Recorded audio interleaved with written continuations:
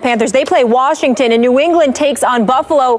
Which squad is more likely to lose its first game, or will it be neither? That's the Twitter question of the day, so send your vote replying to the hashtag #FirstToLose. In Philly, the MRI on Sam Bradford confirmed he's suffering from a separated left shoulder, according to our Ed Werder. Bradford also is in the NFL concussion protocol. He could miss this week's game, so there's a very good chance Mark Sanchez could be under center for the Eagles against the Bucs. Here's his teammate, Lane Johnson, on Sanchez. Sanchez is more up-tempo than Bradford. Mark's probably a little bit more conscious of the tempo. He may go a little bit faster pace than what Sam is. So other than that, probably just the tempo, maybe a little bit faster. Stephen A., should they make Sanchez the quarterback for the remainder of the year? I believe so. I believe the time has arrived for the Philadelphia Eagles to go in a different direction. They just lost to the Miami Dolphins after being up 16-0. They ended up losing 20-19. Sam Bradford may have gotten hurt in that game. The reality is that he's not the answer. Chip Kelly has to fess up and acknowledge that he made a mistake by selecting this man to be his quarterback. Too fragile, can't run with the football. He can pass the ball, but he isn't elite by any stretch of the imagination, although there have been a slew of individuals on the Philadelphia Eagles who have been dropping passes. It doesn't negate the fact that at the end of the day, Sam Bradford, who's thrown 10 interceptions this year, who's got a QBR of 37, who's got one of the 3 worst QBRs in all of football, doesn't appear to be the answer. Now, I will agree with Skip when you say that Mark Sanchez is the ultimate accident waiting to happen, as he proved with his end zone interception, even though I think it was Matthews. I don't remember specifically, but I think it was Matthews he was throwing the ball to. You just got to go for the ball harder than that. There's no question about that. But in the end, it was still an interception on Mark Sanchez. And like the Dallas Cowboys, bad things appear to happen to Mark Sanchez. So it was Miles Austin. It was Miles Austin. It was Miles Austin, exactly. So for me, I just look at it from this perspective. Mark Sanchez is going to make a mistake that could potentially kill you, but he's good enough to make enough good things happen to offset that on most afternoons with the right talent around him. I think when you see what the Eagles are capable of doing defensively, combined with some of the requisite weapons they have on the offensive side of the ball, whether it's with Ertz or Zellick or Jordan Matthews or Aguilar or even Riley Cooper to a lesser degree, Josh Huff, I just think that when you look at the Philadelphia Eagles right now, Mark Sanchez could do some things for this team. He's completing 60% of his passes, 14-23 in the one game he played this year, which was last week. I get all of that, but I'm looking at this schedule. Tampa, Detroit, obviously they'll lose to New England. Buffalo, Arizona's going to be tough. Washington and the Giants. I think Mark Sanchez is good enough to win 3 to 4 of these games for you. I say go with him because you've got nothing to lose because Bradford's not going to be any better. 7 games. So you think he could win 3 of 7? I think he could win. I think you could pencil him in for 3 of 7. Okay. He could potentially win 5 of 7. Okay, so they're 4-5 right now, and if he wins 3, that gets him to 7 and 9. If they win 5, they get to 9 and 7. Okay, all right. But I'm just saying what Sam That's being a little generous. Yeah. Yes. 5. Well, I'm just saying. Well, let's look at it. Tampa, Detroit. I think both of those are winnable games.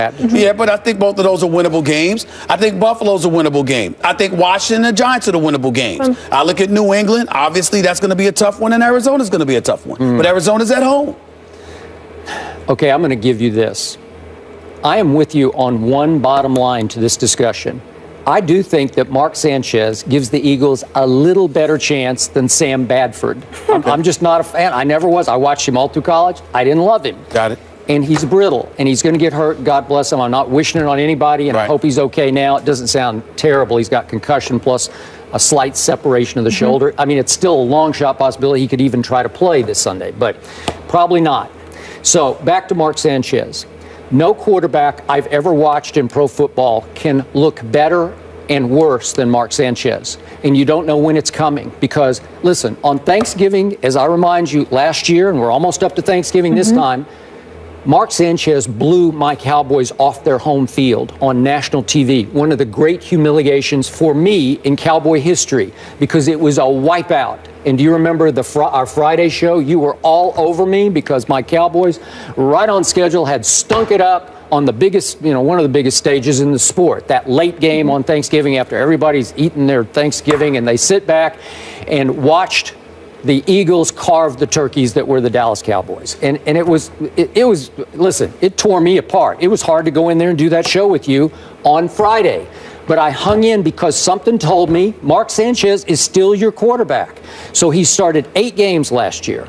He went 4-4, but right on schedule late in the year when it was time when your 3 Eagles, or 4 lost. yeah, he lost 3 in a row, but they were 9-3 at that point. It looked like they were running away with the East, and all of a sudden they lose to Seattle at home. No shame there, especially last year. Then my Cowboys went there and took it back out on them, and then they went to Washington, and remember that Saturday night game, and they stunk that up and blew it thanks to Mark Sanchez, and all of a sudden they fall to 9-6. They did win their last game, but they missed the playoffs.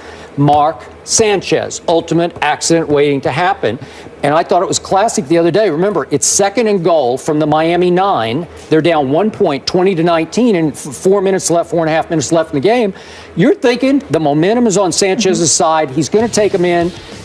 You know what happens. He threw it a little high, little behind, whatever it was. I don't know. He overthrew Miles Austin, and Rashad Jones picks it off and goes the other way with it. And it ended the game effectively for Philly, and it cost them a game that I just gave them. I conceded they were going to beat Miami at home, and I would think they would beat Jameis and company at home. But I'm not sure about that because all of a sudden Tampa's starting to get it going here, starting to feel pretty good about themselves.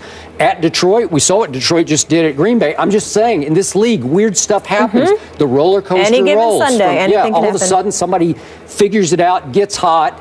And are you sure Mark Sanchez, he's not going to win at the Patriots, I don't think. I don't think he can beat the Bills or Arizona. Maybe Washington. Can he win the last game at your Giants? I don't think so. So I don't know. I'll give you that he gives them a little better chance, but he's still Mark Sanchez. In the end, he'll make great throws and he'll make head scratchers. That's what he is.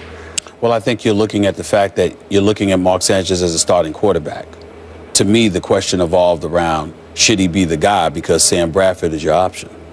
See, that's two different scenarios. Now, if you're telling me you're starting a season, you're a coach, you got your pick of the litter, could you pick Mark Sanchez? Nobody's saying that.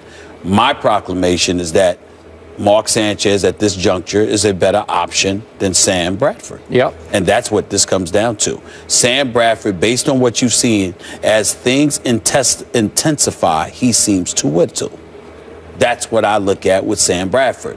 Mark Sanchez, the accident waiting to happen that he's consistent with his inconsistency. Big moments he may mess up. Other big moments he may show up and shock you and produce. He's capable. Sam Bradford just seems to be a guy that attrition over the course of a particular game can get to him. I agree. And I don't think that that's somebody that you want the final 7 games of a season. He's great for the first half of the season, but as stuff intensifies and playoff berths are on the line, it becomes more of a man's game than ever at that point.